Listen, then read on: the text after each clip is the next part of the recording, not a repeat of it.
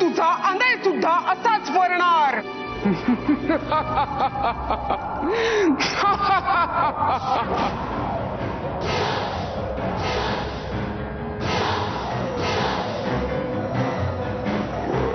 नाही, असं करू नका प्लीज.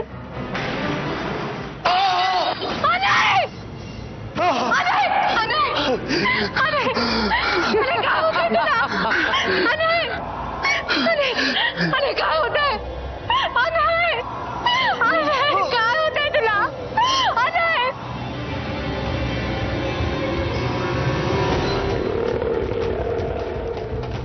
अनय.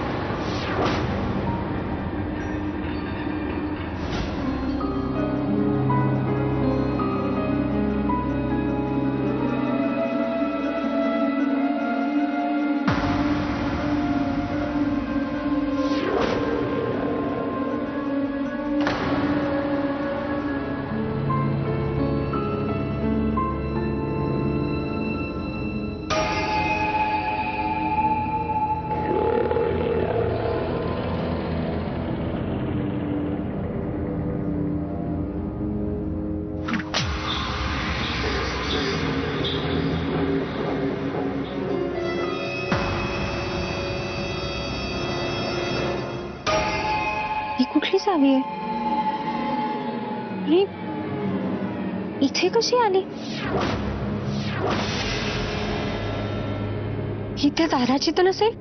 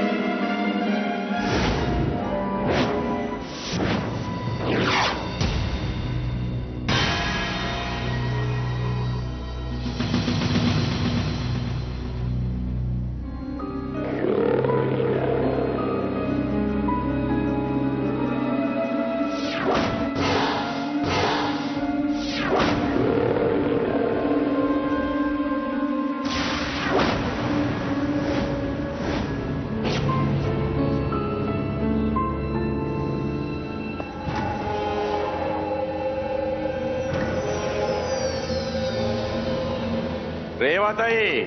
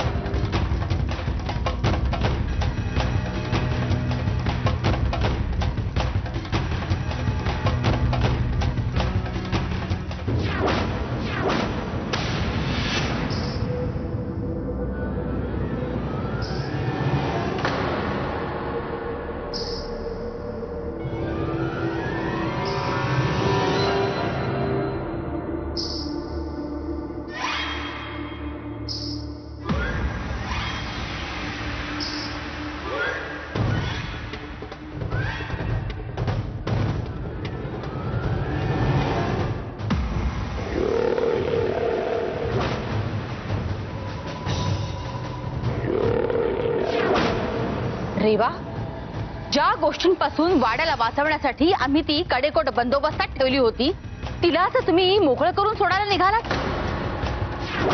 काय विचार करून तुम्ही हे धाडस केलं म्हणतो आम्ही. साहेब, मी ते दार उघडत नव्हते. मी कधी असं करीन का? गुंडप्पा आम्हाला कधीही खोटी माहिती देत नाहीत. पण ते खोटं बोलतच नाहीयेत. मी त्या दाराकडेच होते आणि ती चावीही माझ्याच हातात होती. पण मी फक्त बघत होते की ती त्याच कुलपाची आहे का नाही. रेवा, तुम्हाला माहिती आहे ना की तुम्ही कधीही खोटं बोलत नाही ते. मी आत्ताही खोटं बोलत नाहीये आऊसाहेब. मी कधीच असं करू शकत नाही. कारण मला माहितीये, मी जर ते दार उघडायचा प्रयत्न केला तर सुमित्रेच्या शापामुळे अनयच्या जीवाला धोका आहे.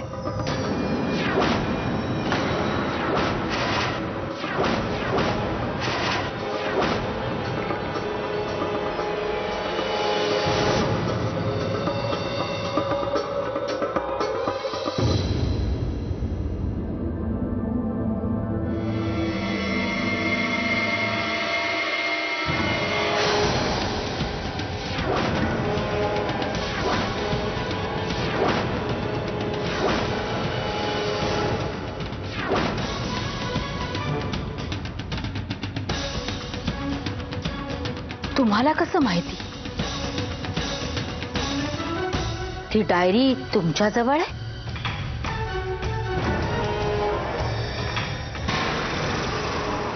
तुम्ही ती डायरी वाचलीये? हो.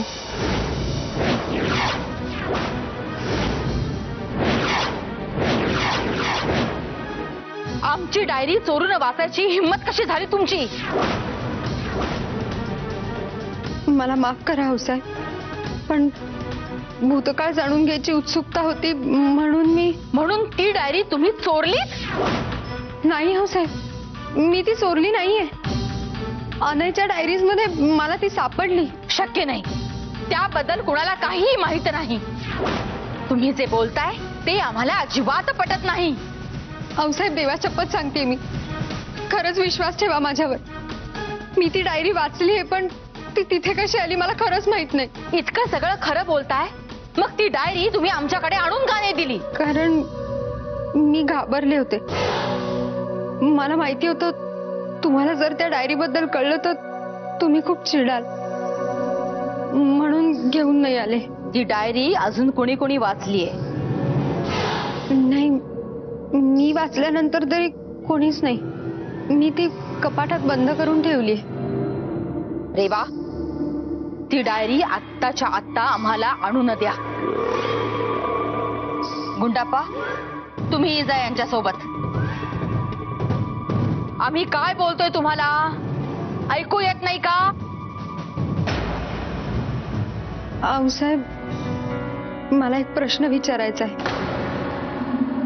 त्या डायरीत लिहिल्याप्रमाणे जो कोणी राजगादीवर बसेल त्याच्या जीवाला खरंच धोका आहे का?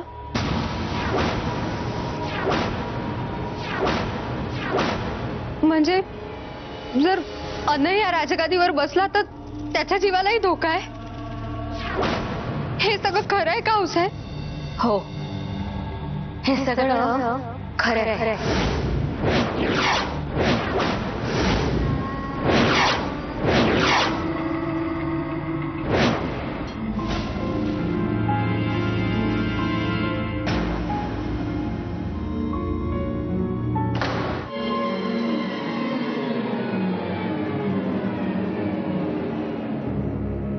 रेवा, शांत व्हा. असं काहीही घडणार नाहीये. महिपतराव आणि सुमित्राच्या इच्छा खूप भयानक होत्या आणि त्या भयानक रूपातच खऱ्या होणार हेही नक्की. पण जोपर्यंत तो दरवाजा बंद आहे तोपर्यंत आपल्याला काळजी करण्याचं काहीही कारण नाहीये. खरंच काही काळजी करू नका. अनयना आम्ही काहीही होऊ देणार नाही. विश्वास ठेवा आमच्यावर. पण आऊसाहेब, रेवा, खूप उशीर झालाय. जा, आराम करा. गुंडाप्पा,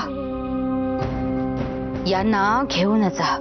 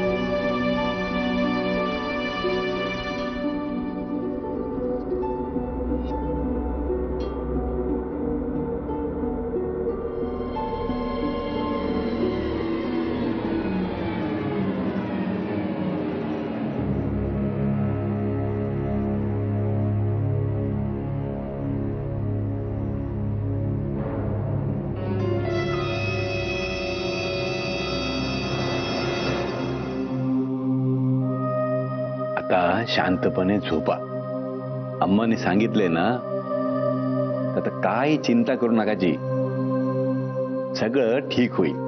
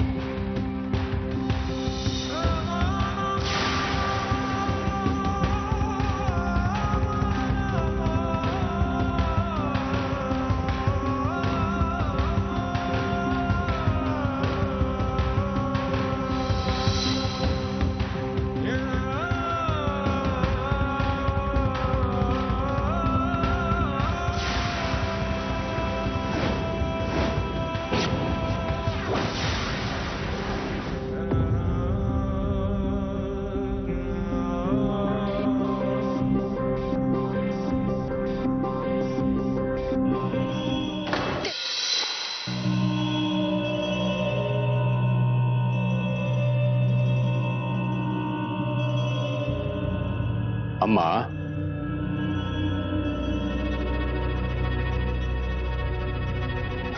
भैरवा, गुंडप्पा, रेवानं ही चूक अजिबात करायला नको होती. तिच्या हातून फार घोर पातक घडलं की हो. अम्मा, इतकं भयंकर काय झालं जी? गुंडप्पा, रेवाला ती चावी मिळाल्यानंतर ती चावी तिने त्या कुलपापर्यंत घेऊन जायला नको होती. ती चावी त्या कुलपापर्यंत नेणं, त्या कुलपाला लावणं, याचा अर्थ तिला ते दार उघडण्याची इच्छा आहे. निदान त्या वेळेला तरी होती.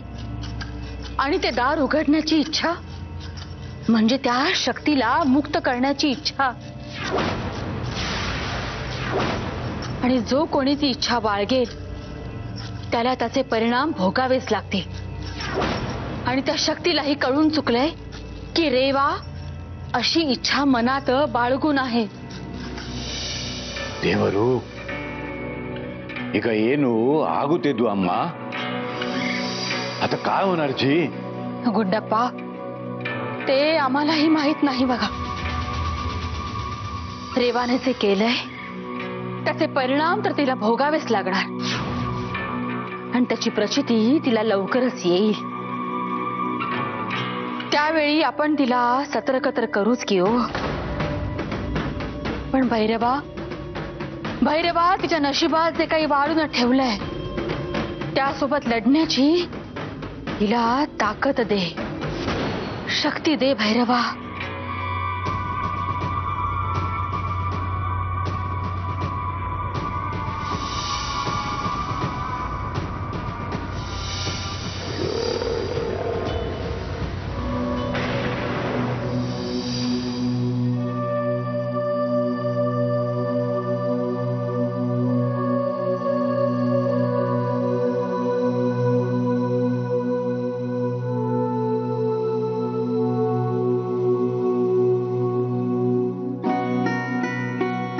Good morning.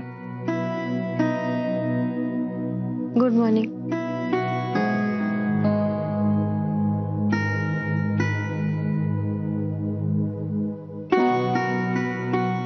रेवा, कसला विचार करतेस? नाही, काही नाही.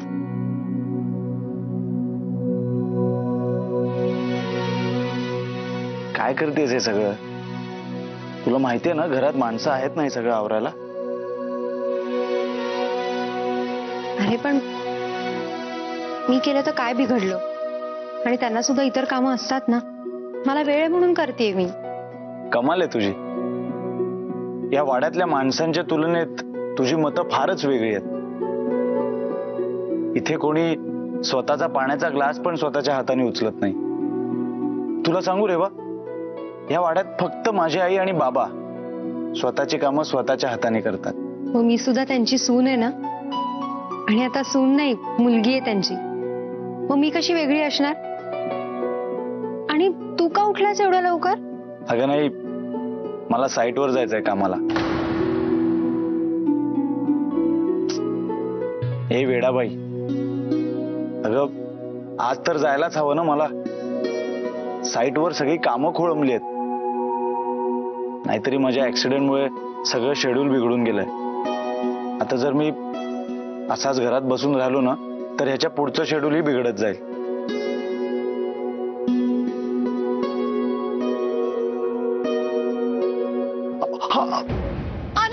ऐक,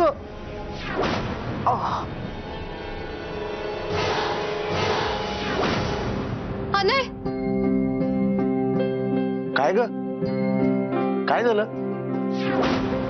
केवढी लाऊड रिॲक्ट झाली आता. एवढं काहीच झालं नाहीये. मी फक्त चादरीत पाय अडकून धडपडलोय.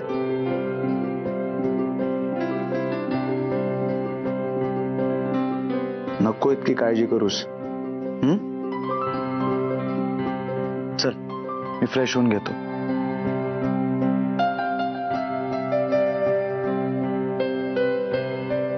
काय झालंय मला? अनय बाबतीत मी खूप हळवी झाली. काल रात्रीच्या स्वप्नानंतर तर फारच अस्वस्थ वाटायला लागलंय. खूप काळजी वाटतेय त्याची. त्याला एक क्षणही नजरेआड करू नये असं वाटतंय. पण आऊसाहेबांनी सांगितलंय की दरवाजा बंद असेपर्यंत कोणाच्याही जीवाला धोका नाही. अनयला तर त्या काहीही होऊ देणार नाही असा शब्द दिलाय त्यांनी मला. मला थोडा तरी त्यांच्या शब्दावर विश्वास ठेवायलाच हवा.